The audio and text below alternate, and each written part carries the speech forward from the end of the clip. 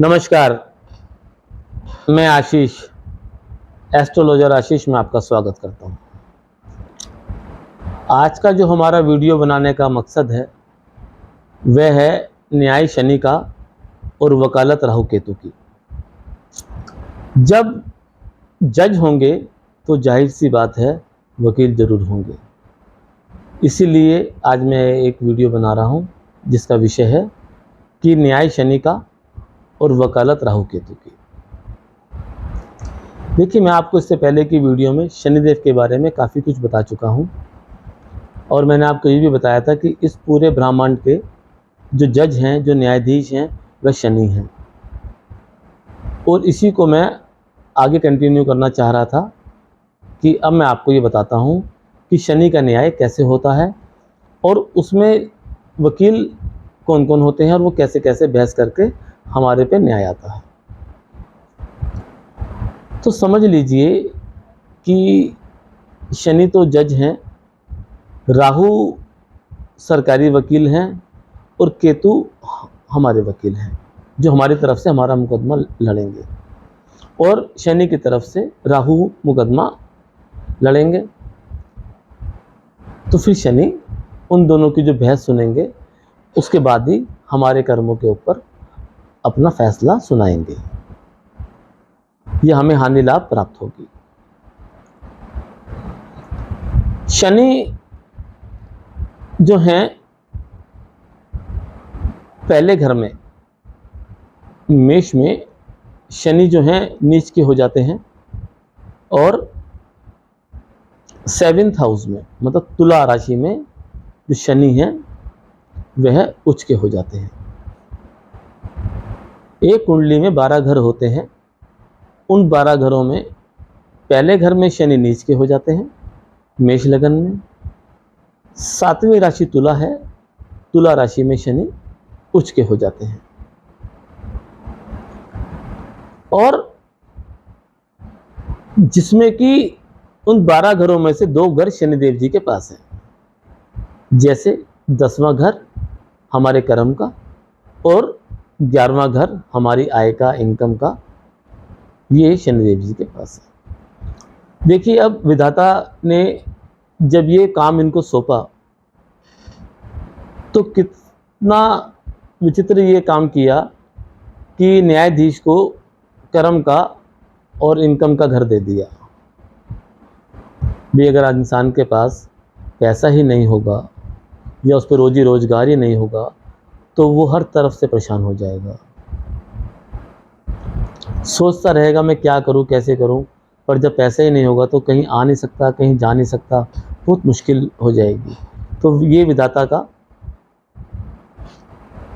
देखिए क्या उन्होंने ये रचना रची है कि जज को 2 घर दे दिए, एक 10वां हमारे कर्म का और 11वां हमारे इनकम का। अब इस बारे में तो मैं आपको पहले सारा बता चुका हूँ। अब हम बात करते हैं शनि का न्याय कैसे होता है। वो कौन कौन से वकील हैं जो हमारी तरफ से और शनिदेव की तरफ से मुकदमा लड़ेंगे और हमें फिर शनिदेव फैसला सुनाएंगे। तो देखिए, शनि तो जज हैं, सबसे बड़े जज हैं और राहु शनिदेव का वकील है, या भी कह सकते हैं कि सरकारी वकील राहु है।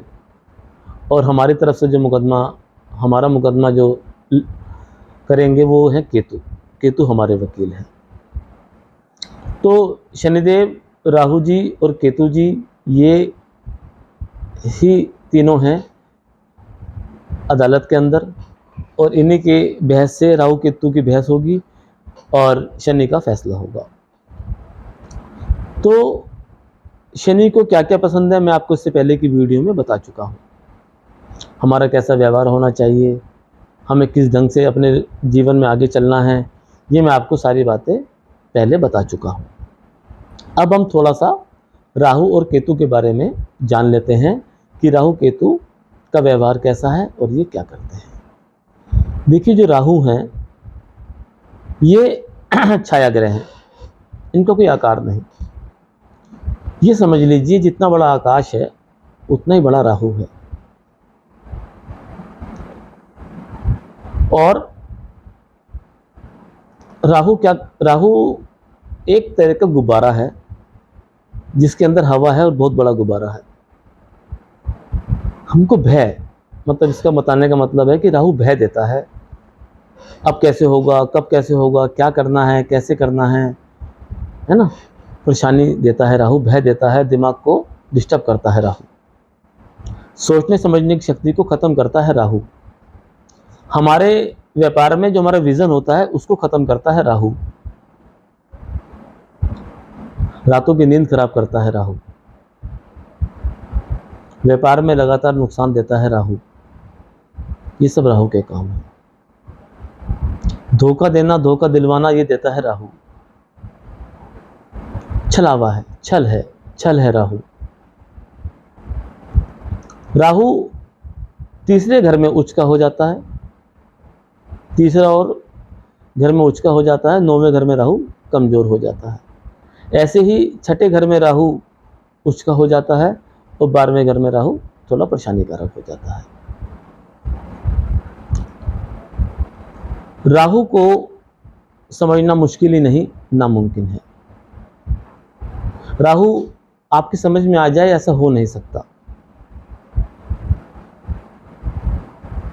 बड़े से बड़ा आसमान से फर्श पे लेके आ सकता है राहु और धरती से आसमान पे ले जा सकता है राहु। आपकी मेहनत करने के बावजूद आपको फल ना मिले, वो राहु।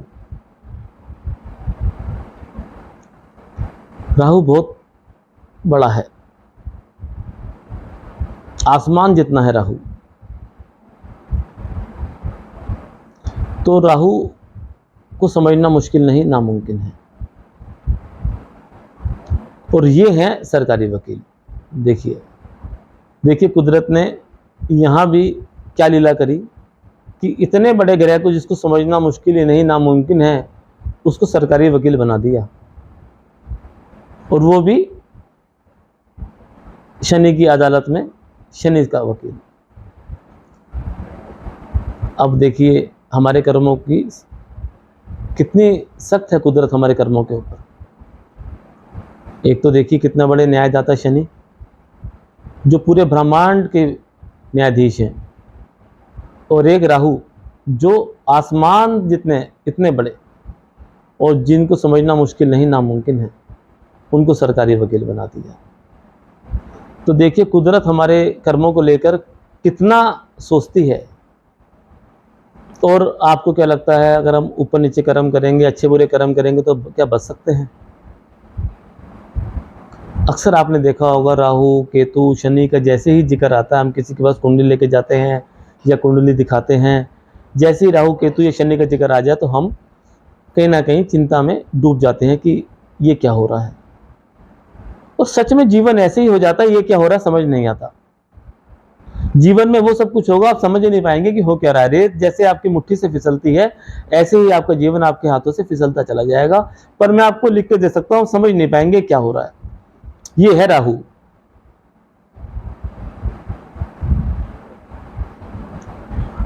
राहु के बारे में, शनिदेव के बारे में तो मैंने इससे पहले की वीडियो में बात कर चुका हूं। राहु के बारे में मैंने थोड़ा बहुत आपको अब बता दिया है। अब हम केतु के बारे में बात करते हैं कि क्या है केतु। आखिरी सांस तक, हमारे जीवन की हमारी आखिरी सांस तक जो हमारा ग्रह साथ देगा वो है केतु। जी हाँ, वो केतु है। एक केतु ही ग्रह ऐसा है जो हमारे जीवन की, हमारी जीवन के आखिरी सांस तक हमारा साथ देगा और मरने के बाद भी हमारा साथ देगा। केतु एक सात्विक ग्रह है। केतु एक सात्विक ग्रह है और ये बहुत ही महत्वपूर्ण ग्रह है। केतु का जो चलना होता है वो देवगुरु बृहस्पति की आज्ञा के अनुसार चलना होता है। तो देवगुरु बृहस्पति का हमारे जीवन में बहुत ज़्यादा इन्वॉल्वमेंट है। जब हमारे जीवन में या हमारे अंदर ज्ञान ही नहीं होगा, हमारी बुद्धि में विवेक ही नहीं होगा, तो हम कुछ नहीं कर सकते। एजुकेशन का हमारी लाइफ में बहुत फर्क पड़ता है, ज्ञान का हमारी लाइफ में बहुत फर्क पड़ता है। देवगुरु बृहस्पति इस सबके कारक हैं और उन्हीं के अंडर में चलता है केतु। समझिए, कुदरत की लीला को समझिए, इस विधाता की लीला को समझिए। उन्होंने हमारे को जो वकील दिया है वो केतु दिया है, और उनका केतु किनके इशारे पे चलता है? देवगुरु बृहस्पति के। और देवगुरु बृहस्पति क्या करते हैं? हमारे को ज्ञान देते हैं। वो देवों के भी गुरु हैं, उन्हें कहते हैं देवगुरु बृहस्पति।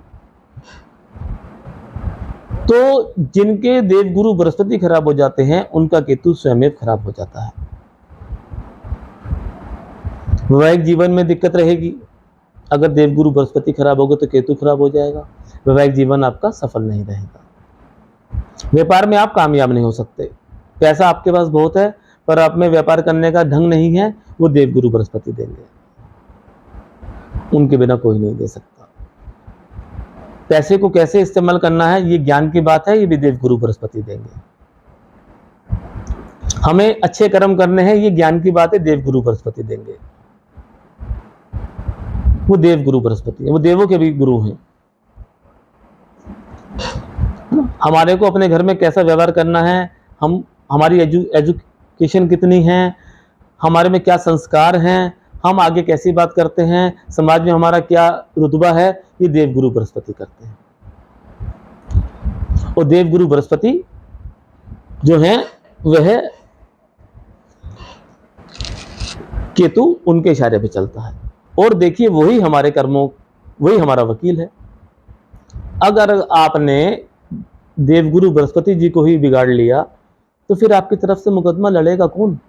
केतु भी आपके खिलाफ हो जाएगा। बुरे कर्म वैसे ही आपने कर रखे हैं, तो शनि तो आपको दंड देके देगा और राहु आपके वैसे ही पीछे पड़ जाएगा, उससे आप बच नहीं सकते क्योंकि वो ऑलरेडी सरकारी वकील है। चीज को समझिए जो मैं समझाना चाह रहा हूं कि विधाता ने जो लीला रची है ये क्या रची है वो देखिए कि शनि को तो न्यायाधीश बना दिया और राहु को, जिसका कोई अंत ही नहीं है, जिसको छाया है वो शरीर ही नहीं है, उसको सरकारी वकील बना दिया। और देवगुरु बृहस्पति के जो शिष्य हैं केतु, उनको आप हमारा वकील बना दिया। तो अगर आप अपने कर्म खराब करेंगे, गलत रास्ते पे चलेंगे तो देवगुरु बृहस्पति आपसे नाराज हो जाएंगे। गुरु क्या चाहता है? हम स्कूल जाते हैं, वहाँ पे जो स्कूल के सर होते हैं या मैडम होती हैं, जो हमारे गुरु होते हैं, वो क्या चाहते हैं?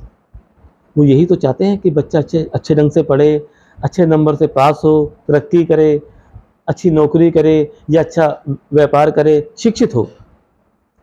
जितना अच्छा पढ़ेंगे, जितना अच्छा शिक्षित होंगे तो जाहिर सी बात है कि आप में ज्ञान का भंडार हो जाएगा, और ज्ञान का भंडार हो जाएगा तो आप हर जगह जीत सकते हैं। आपकी हर जगह इज्जत होगी, आदर मान सम्मान होगा। किससे होगा? ज्ञान से। ज्ञान ही नहीं होगा, अज्ञान ही होगा तो फिर क्या करोगे? कर्म तो पहले ही खराब हो गए। जब ज्ञान नहीं है तो कर्म तो वैसे ही खराब हो गए। देखिए मैं आपको एक बात और अच्छे ढंग से बता देता हूं।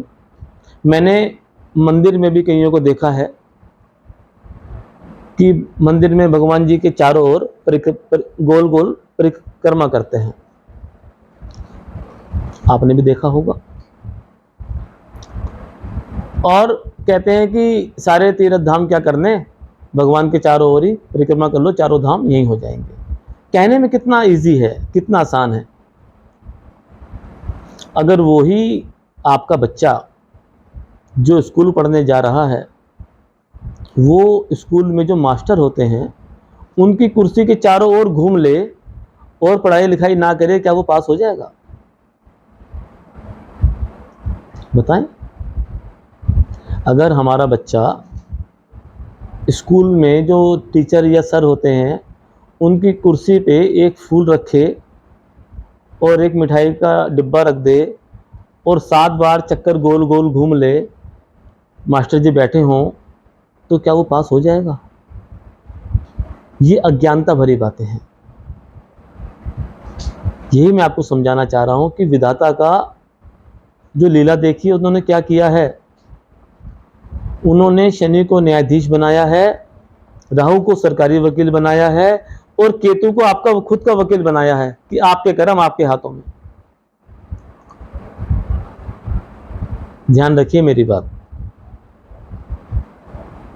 यही बोना है और यही काटना है। अगर हमने अमरूद का पेड़ बो दिया तो उसमें से आम नहीं निकलेंगे, ये ध्यान रखिएगा। जितने मर्जी एस्ट्रोलॉजर के पास चले जाओ, जितने मर्जी मंदिर में मत्था टेक लो, कुछ भी कर लो, जब तक कर्म नहीं सही करोगे, अपने देवगुरु बृहस्पति को नहीं सही करोगे, अपने केतु को, खैर अगर बृहस्पति ठीक हो गए तो केतु स्वयं में ठीक हो जाएंगे, नहीं तो कोई बचाने वाला नहीं है। शनि की अदालत में सजा मिलने से कोई नहीं रोक सकता आपको, ये ध्यान रखिए। कहते हैं, मेरे अपना देखना है, मैं कईयों की कुंडली देखता हूं तो मैंने अक्सर देखा है 11वें किसी के भी कुंडली में राहु आ जाए तो आप समझ लेना कि उस कुंडली में बृहस्पति खराब हो चुका है। शनि के घर में अगर राहु आ गया तो समझ लीजिए बृहस्पति देव अपने आप खराब हो गए, आप अपने आप गलत कर्म करने शुरू कर देंगे। इन चीज को समझ लीजिए, फिर आप करेंगे कुछ, होगा कुछ और अंजाम भुगतने को मिलेगा कुछ।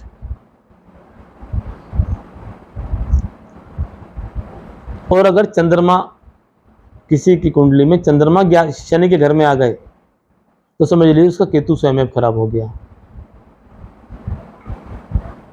कुछ नहीं करना पड़ेगा, गलतियां अपने आप होने लगेंगी आपसे।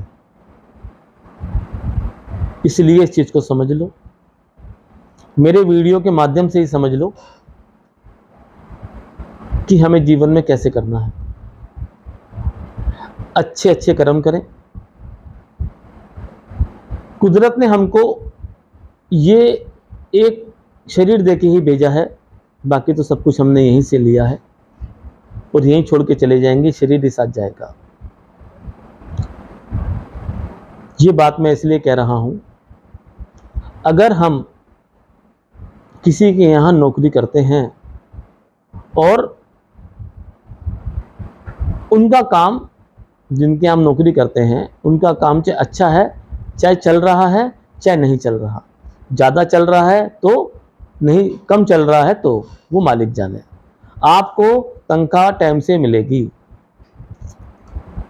मालिक को ज़्यादा बच रहा है तो भी वो आपको तनख्वाह टाइम पे देगा, और अगर मालिक को कम बच रहा है तो भी वो तनख्वाह आपको टाइम पे देगा। क्यों? क्योंकि आप उसके यहाँ नौकरी करते हैं। यही हम उस मालिक ने हमें इस दुनिया में भेजा है, दुनिया उसी की है। जितने मर्जी समझदार बन जाएं, यहां से जिंदा कोई नहीं गया। एक से एक बड़ा सूरमा आ गया, इस दुनिया से जिंदा कोई नहीं गया, इस भगवान की नगरी से यहां से जिंदा कोई नहीं लौटा। तो हमको इस शरीर का ध्यान रखना है, इसको फिट रखना है, अपने कर्म का ध्यान रखना है, देव गुरु बृहस्पति को बना के चलना है कि जिससे कि हमारे कर्म, जब शनिदेव की अदालत में हमारा मुकदमा हो तो हमारे कर्मों की सुनवाई केतु देव अच्छे से कर पाए। बचने का तरीका भी मैंने आपको आज बता दिया। देव गुरु बृहस्पति को मनाइए, सबसे बड़े गुरु हैं वो। गुरु चाहे सब कुछ कर सकता है, गुरु चाहे सब कुछ कर सकता है। तो इसलिए देवगुरु बृहस्पति को मनाएंगे, उनको खुश रखेंगे तो शनिदेव की अदालत में केतु आपकी तरफ से जब मुकदमा लड़ेंगे तो उनको मुकदमा लड़ने में आसानी होगी। कैसे होगी, मैं आपको वो भी एक एग्जांपल दे देता हूं। सपोज करिए आपके ऊपर मुकदमा चल रहा है हत्या का, अब वो मुकदमा गवाही पे आ गया, गवाह आया और गवाह ने ये कह दिया कि शायद ये भी वहां थे, शायद ये भी वहां थे, तो मुकदमा आपके पक्ष में ही आ गया समझो। और अगर गवाह ने ये कह दिया भाई साहब यही वहां थे, तो आपको बचाने वाला कोई नहीं। गवाह ने अगर ये कह दिया शायद ये भी वहां थे, तो शायद आप बरी हो जाएंगे, और अगर गवाह ने ये कह दिया कि यही वहां थे तो शायद आप बरी नहीं होंगे।